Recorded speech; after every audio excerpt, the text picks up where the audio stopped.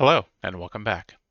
As you can see in the title, this is my implementation of a feature from the game Lords of the Fallen 2023, which is a Souls-like with a cool feature where you can shine a lamp to see the Umbral world. You can also fully transition to Umbral, and the even cooler part is that you can collide with that Umbral geometry.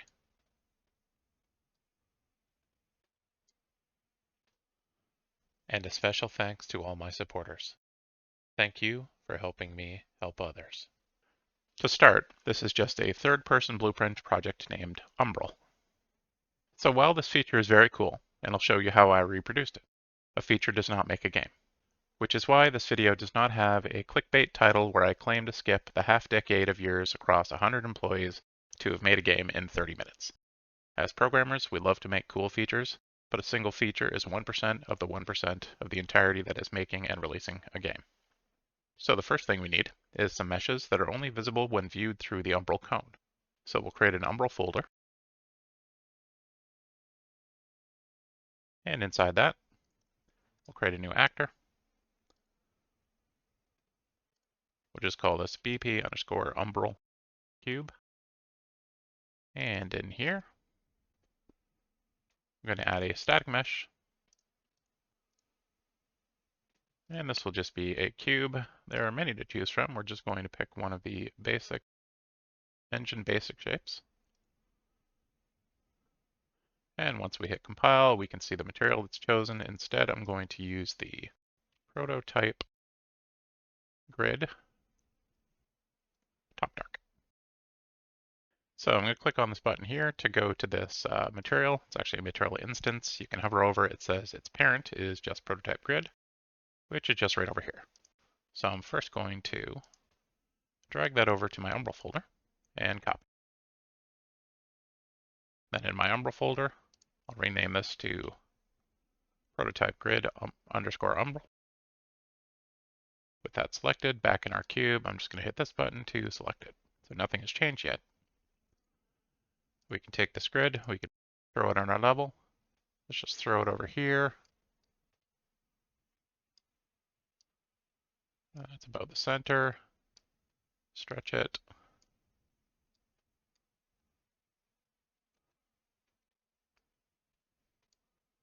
Need one more. Not that it has to be exact. All right, so with that done, we're then going to make a material parameter collection.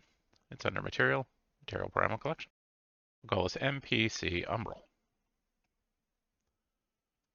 The point of a material parameter collection is to be able to set effectively global variables for materials, where if we had 100 materials across 1,000 objects, you could just update this one thing, assuming those materials are using it, and they all get updated. So in our MPC, we're going to set a bunch of values.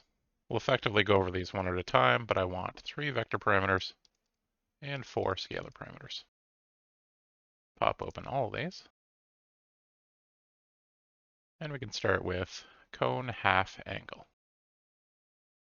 This one we'll just set to 35. We want a cone length, which we can set to 1,000. That will be 10 squares in the grid. We then have effectively a Boolean called Umbral Cone, and another one called in Umbral. The vectors, we have cone location,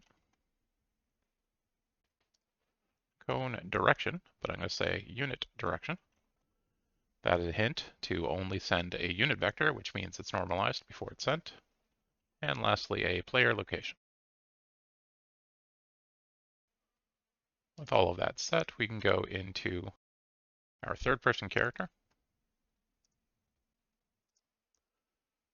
Actually, I'm going to copy the third-person character as well, so that's available in this folder. Just put an underscore umbral on the end. That means for this level, I need to make sure that the default pawn class is now set to the Umbral version. So running that, there's no change, just this character. You can see that over there. In our third-person Umbral, zoom in, go down here. I'm going to add the tick event. And all tick will be doing here is calling a function we create called update cone.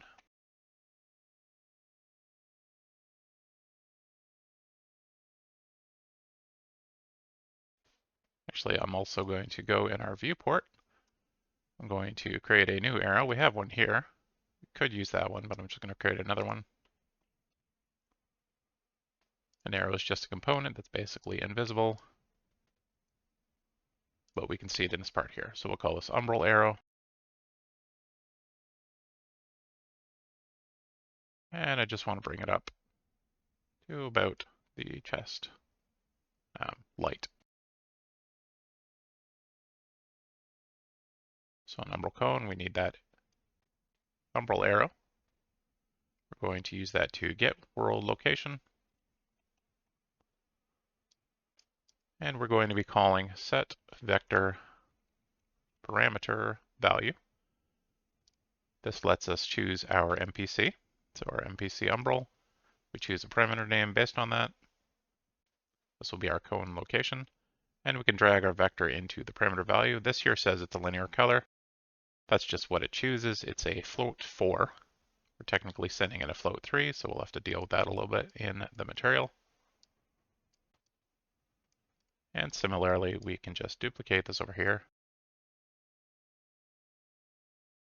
for the cone unit direction.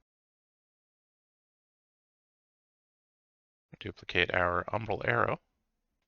We want to get our forward vector. And then we can just drag this in here. Except, like I said, this is a hint, unit direction. We want to make sure that normalize is called here first.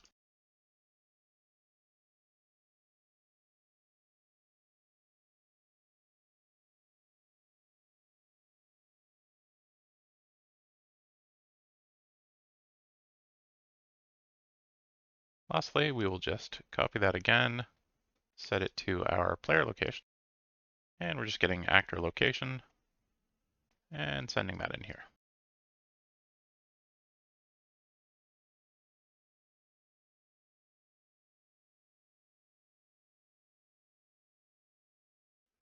All right, so with that done, we can go into our material, zoom out a bit so you can see, so that it has a bunch of these sections here.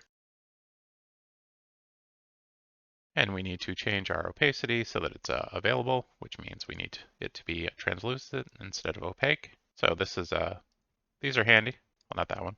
These are handy because they have the section, in this case, the blue one way down there, and it just gives you a little shortcut. To do that, we'll just add a reroute node. We can call it a named reroute node. We'll call this Umbral Opacity. And then over here, we can just drag from here and call Umbral Opacity. Everything we can do up here and not clobber the rest of it. And to get our material parameter collection in here, we need to right click and we'll go to parameter. Oh, we go to collection parameter. A little backwards. And here we can choose our collection and then our parameter name. So we'll start with our cone location. So like I said here, we have a float 4 coming out of here. First thing we want to do is convert it to a float 3. So one way we can do that is a component mask. You pop this open and just check which bits you want. You can see in the title what it is. So we're just basically getting rid of the 4th float. With that, we're going to subtract. And we're going to be using the world position. So this will be the position of each pixel as this goes through. Now we'll be using this value in a dot product. So the first thing we want to do with this is then normalize it. And we'll call dot product. So dot product will give us a value based on the 2 vectors that are sent in. The first vector is the vector from the world position to the cone. And the second one, we can just copy and paste this down here, is then our cone unit direction. So it's a unit direction so that we don't have to reproduce this normalize, save a little bit of processing power, and that gives us our dot. Now this dot product is basically representing the angle between those two vectors. So with that, we then need our cone half angle. And with that, we convert it to radians. We call cosine on that. And comparing these two values is basically what's giving us our in the cone or not in the cone. So the first thing we can do is we can add an if node. We'll make this value the A, this value the B, and then I'll hold one and click twice. And we want one value going in here and the other one going in here. And have that go to our end result for opacity. Ah yes, forgot to do this. I like to save on compile always when I save so that it's always saved. So if we go in and hit play, first thing we notice is it's working backwards. But it is working. So if we go back in here, then we want to just swap these two.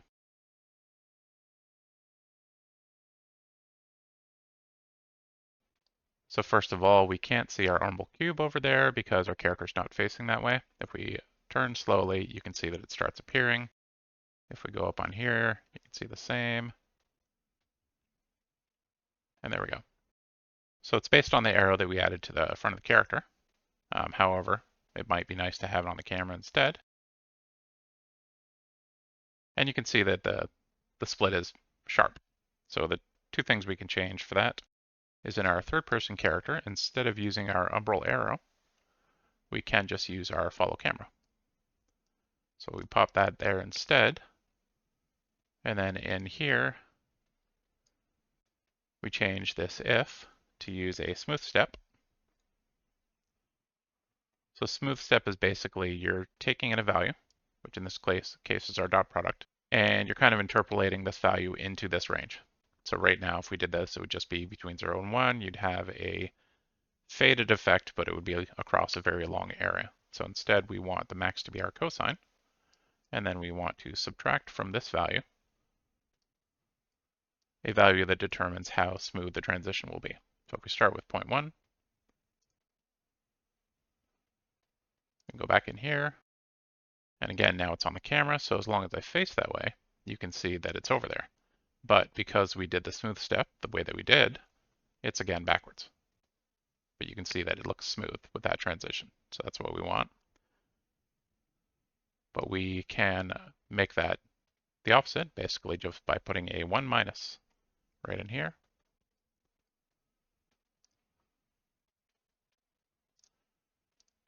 And now it's only visible when we look at it, and based on the camera. So that's a good start, but we also want that cone length to be relevant. So to add that, one thing we can do is we first copy and paste this, change it to cone length.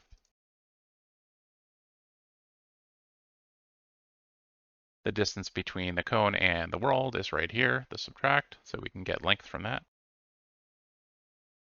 And then we're effectively just comparing that and this. So one way we could do that is we just have an if.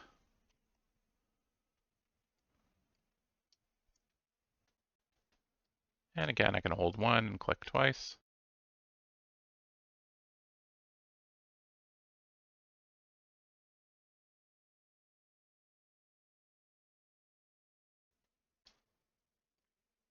So if our actual length is less than our cone length, we have a value of 1, otherwise it'll be a value of 0. So then because we have it like that, we can simply just do a multiply node here. Regardless of what the value is up here, it will only be visible if the value down here is a 1.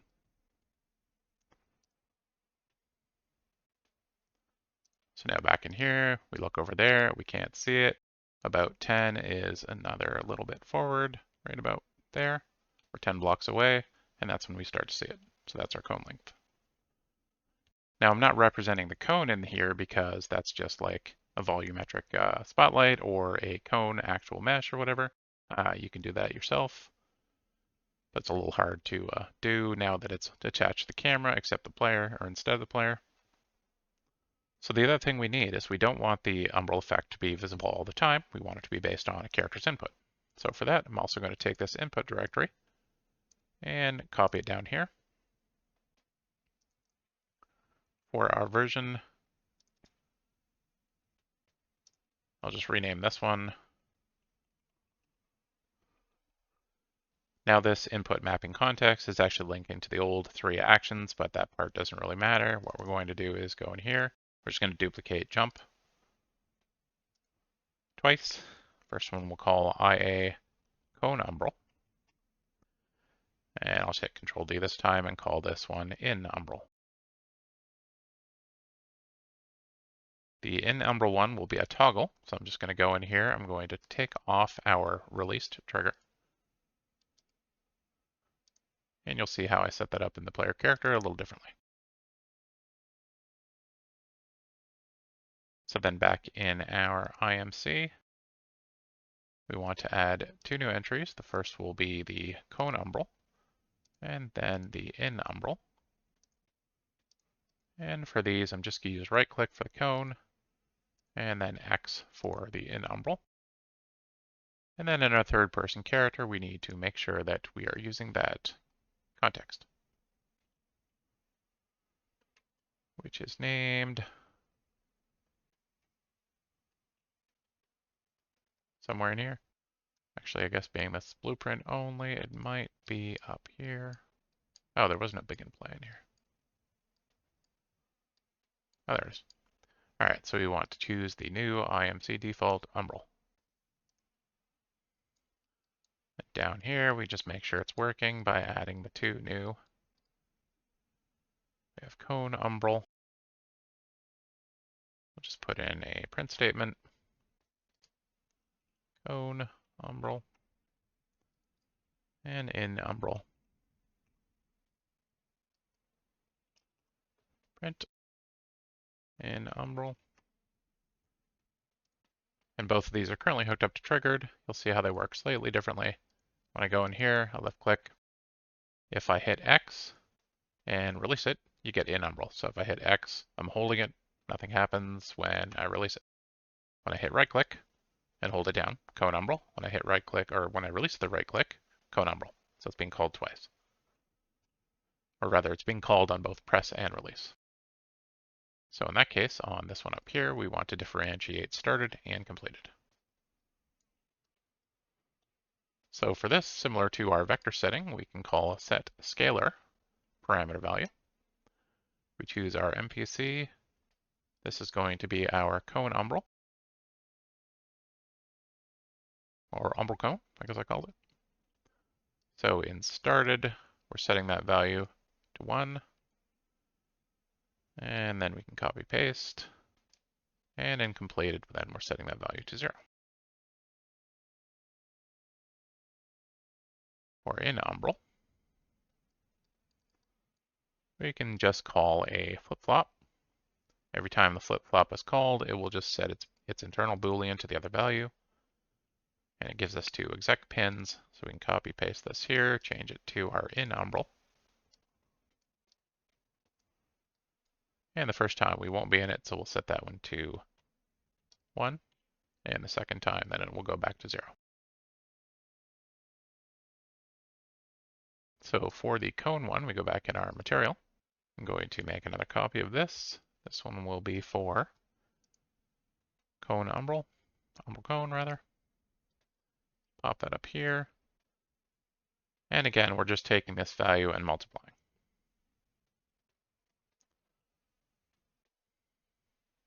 Rather, we're taking it there and there. So now again, we just have a flag effectively, which will multiply the entire result by 0 or 1. In the case where it's 0 and we're not holding it down, nothing will be shown. And when we set that to 1 by holding down the right mouse button, it will show up. So again, we go over here, we look over here, I'm not holding anything. When I hold right mouse button, you can see that it pops up, release, all good. For the in umbral, so we want this to override the entire thing. There may be better ways to do this. I'm not great at making materials, but the way that I did this was, so this multiply is basically saying all of the stuff before only matters if this is set to 1. For in Umbral, we want to hit a button so that we're toggled in Umbral and this stuff doesn't actually matter. So we can do that by duplicating this down here. We're going to call this one our in Umbral.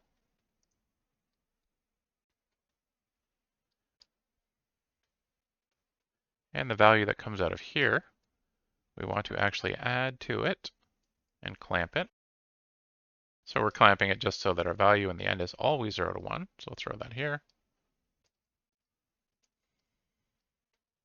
This clamp node could have always existed, but it didn't matter until now. So what we're doing here is we're adding our in Umbral.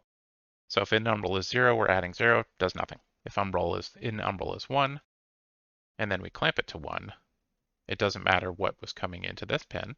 It's the end result is still 1.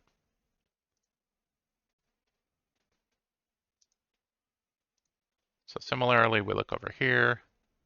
We're looking over here, we right click and make it appear. If I look away and then I hit X, it appears. Doesn't matter that we're looking at it or not. It could be way over there. All good. So we're in Umbral. We can see everything that has that Umbral flag set.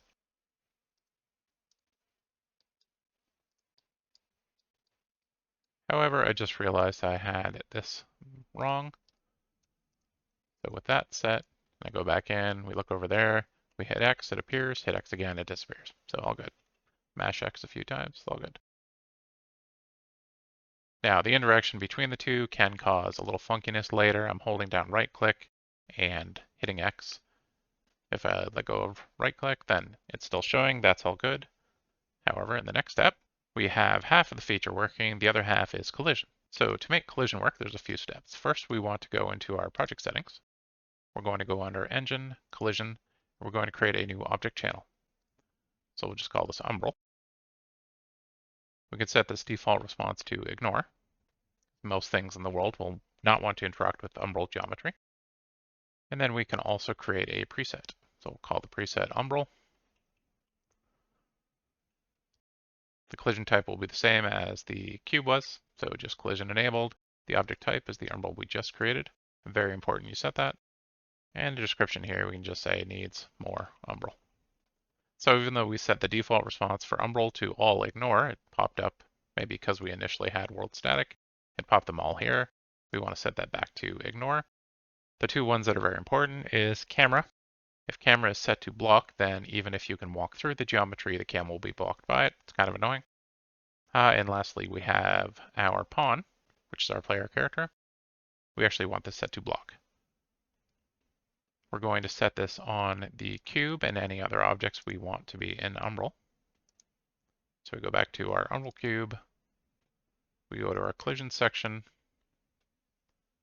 We'll pop that open so you can see it. We just set custom to, so because I had the static mesh selected initially, Umbral was not actually on this list. Just clicking off and then back on, it will refresh it so it's in the list. So we choose Umbral, it sets all the presets. We can leave everything as is. The block will collide with the pawn. However,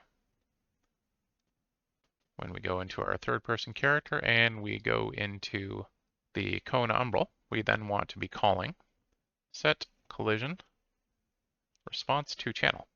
And we're going to be setting this based on our capsule component, because that's what used by the movement to interact with the world. The channel we are interacting with here is Umbral. And when we start the cone, we want to set this to block.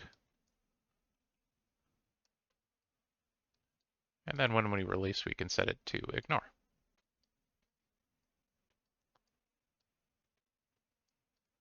Now, the one caveat here is that the way this currently is, you would have to hit right click to put it in the proper state. You could just throw this call right into begin play, and then it would be good.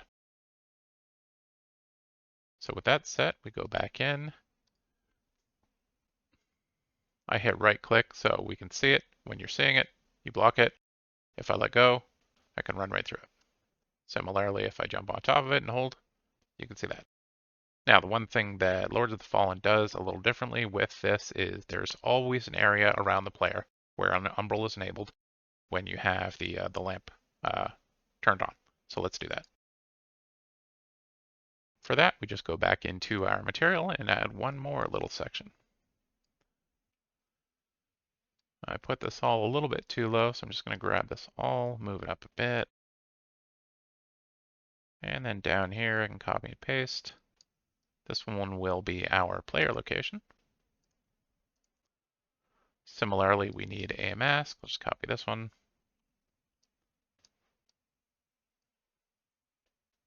Because we are also comparing it to the world location, or the absolute world position.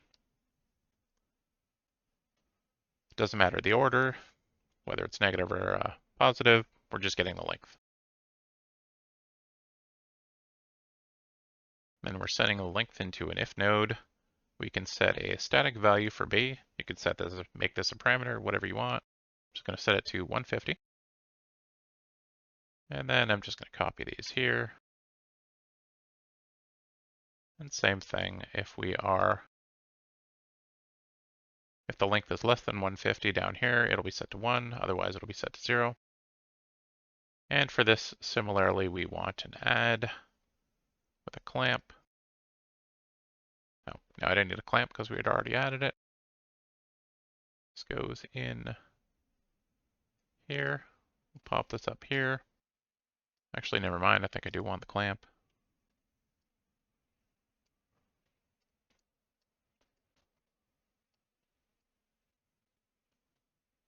And then we can add another add node here. Get a little messy.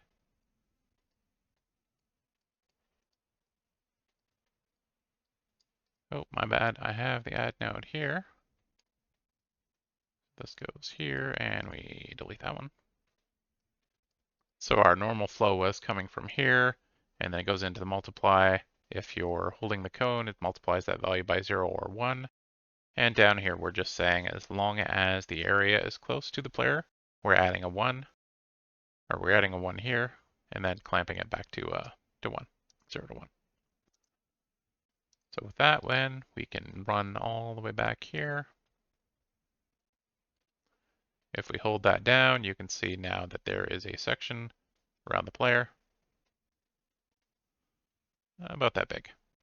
Let go, and you go through. However, right now, if I hit X, no collision. We also need to add that to our section down here. So we can copy this.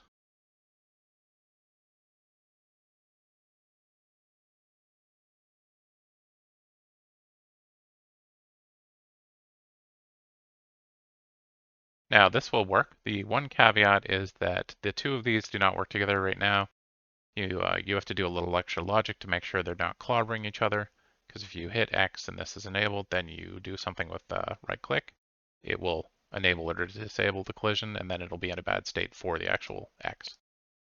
So you can just have both states update the same, area, call the same function, and then one is overriding the other effectively.